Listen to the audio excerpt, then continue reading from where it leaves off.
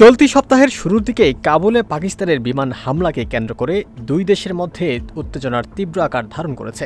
শনিবার রাতে হঠাৎই তীব্র সংঘর্ষে জড়িয়ে পড়ে দুই দেশের নিরাপত্তা বাহিনী। আফগান তালেবান যোদ্ধাদের হামলার পর পাকিস্তানি সেনারা পাল্টা গোলাবর্ষণ শুরু করলে সীমান্ত জুড়ে ঘণ্টাব্যাপী গোলাগুলি চলে।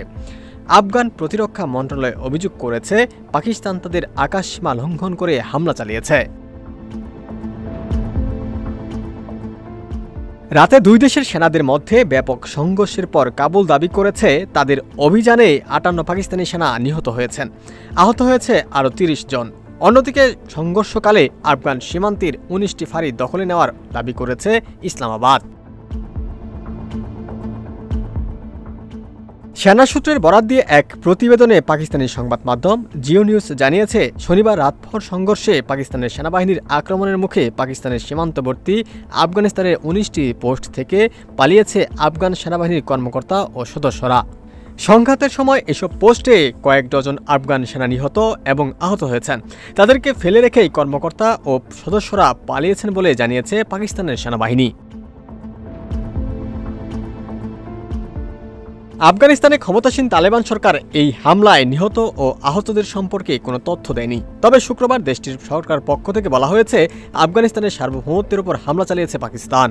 এরপর শনিবার রাতে আফগানিস্তানের সীমান্তবর্তী পাকিস্তানের বেশ কয়েকটি এলাকায় হামলা চালায় আফগান সেনাবাহিনী।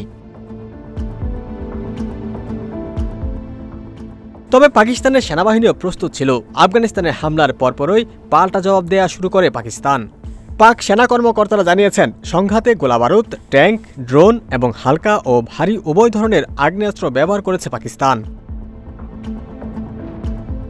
সম্প্রতি আফগানিস্তানের তালেবান সরকারের পররাষ্ট্রমন্ত্রী আমির খান মুত্তাকি ভারত সফর করেছেন।